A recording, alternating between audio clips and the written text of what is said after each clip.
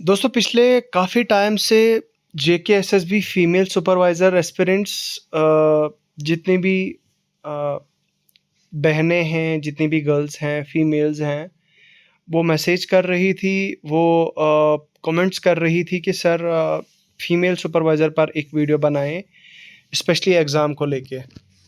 और इसके अलावा और भी कुछ लोगों ने ये कमेंट्स किए थे कि सर आप हमें थोड़ा-सा स्ट्रैटेजी पे भी एक वीडियो दें, जिसमें आप हमें कंप्लीट स्ट्रैटेजी बताएँ कि किस तरह से अपने टाइम को यूटिलाइज़ करना है, किस तरह से कहाँ से क्या-क्या पढ़ना है, क्या-क्या सोर्सेज़ का किस तरह से यूज़ करना है, तो वो सारी चीज़ें। तो ख़ैर वो जो स्ट्रैटेजी और वो जो गाइडेंस है, वो उस पे हम अलग से वीडियो में डिस्कशन करेंगे। अगर आप कमेंट सेक्शन में लिख के बताएँ तो हम उसके लिए एक डेडिकेटेड एक सेशन लाएँगे जिस पे हम आपको ए टू ज़ेड सारी चीज़ें, और वो वीडियो थोड़ा लंबा होगा क्योंकि अल्टीमेटली सारी चीज़ें कवर करनी है। तो एक बार आप कमेंट सेक्शन में लिख के ज़रूर बताना अगर आप चाहते हैं लिटरली, तो मैं आपको वो वीडियो बना के मैं शेयर कर दूँगा आपके साथ। आज की इस वीडियो में बात करेंगे आपके एग्ज़ाम को लेके, ठीक है? तो सबसे पहले तो आपका वेलकम करते हैं अगर आप इस चैनल पे पहली बार आए हैं द एग्ज़ाम काउंसलर पे।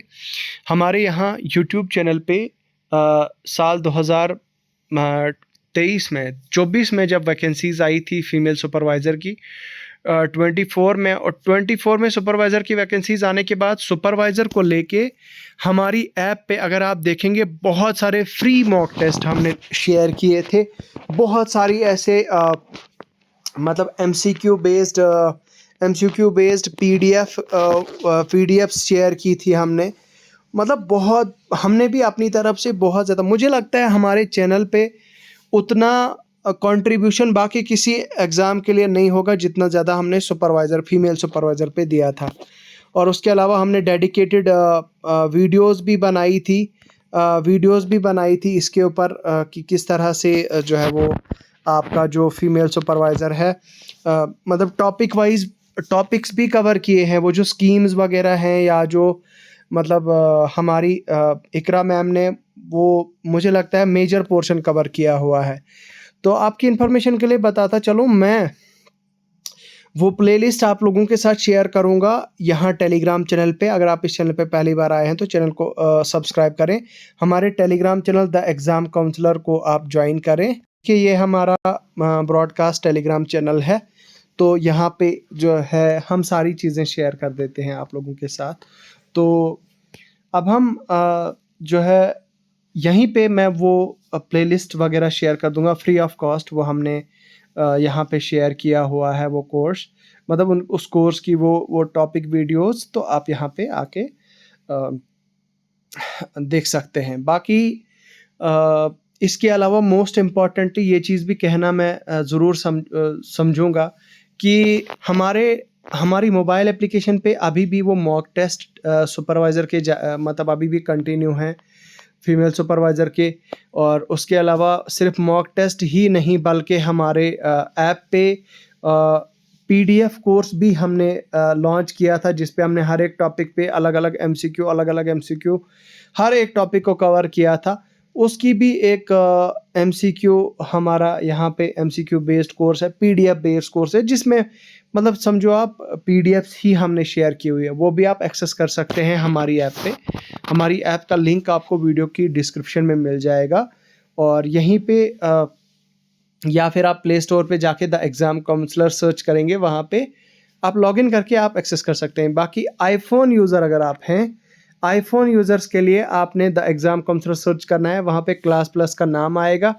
क्लास प्लस पे आपने JRVMZD आएगा आपका कोर्स कोड, वो आप शेयर करना, वहाँ से आप लॉगिन हो जाओ। ऑल राइट, ये तो हो गया। लेकिन अब हम बात करते हैं, चलिए, आपके पेपर को लेके। देखो यार, जहाँ तक आप बात है आपके पेपर की, तो आपका एग्ज़ाम किस मंथ में मोस्ट एक्सपेक्टेडली कब तक हो सकता है?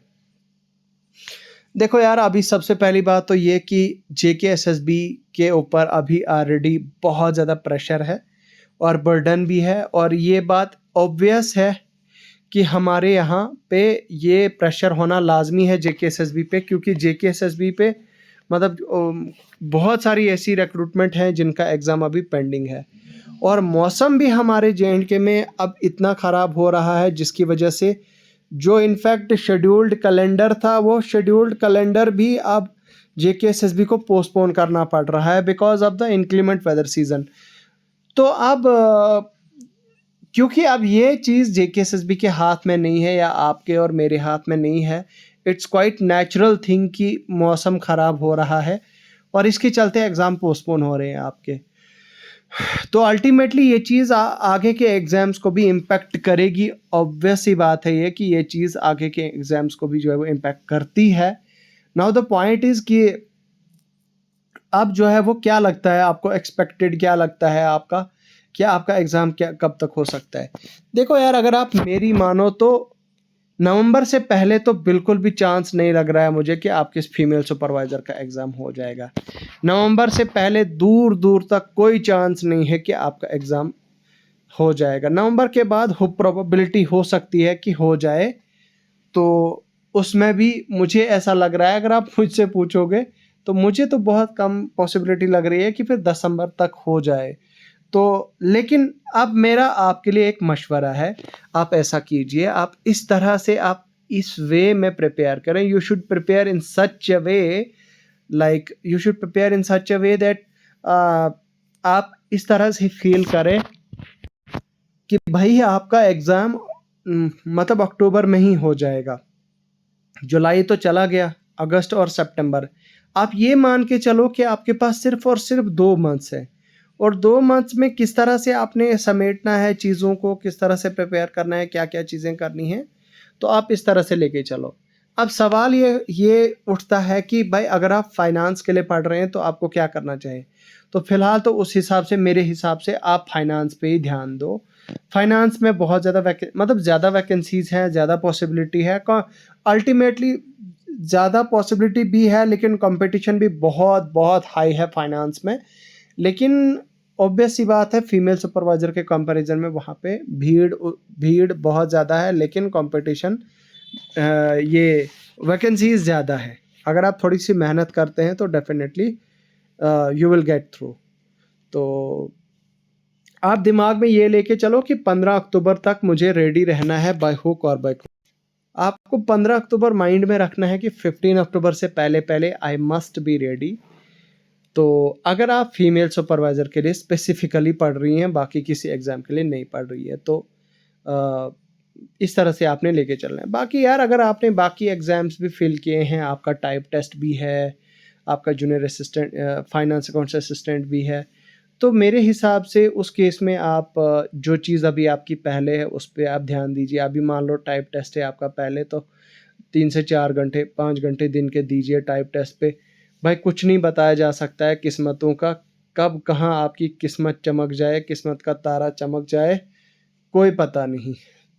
इसलिए प्रिपेयर करो, मेहनत करो, हार्ड वर्क करो, तो definitely you will go through. बाकी आपकी क्या राय है? अगर आपको कुछ भी शेयर करना है, आप कमेंट सेक्शन में लिख के बता सकते हैं। बहुत-बहुत शुक्रिया।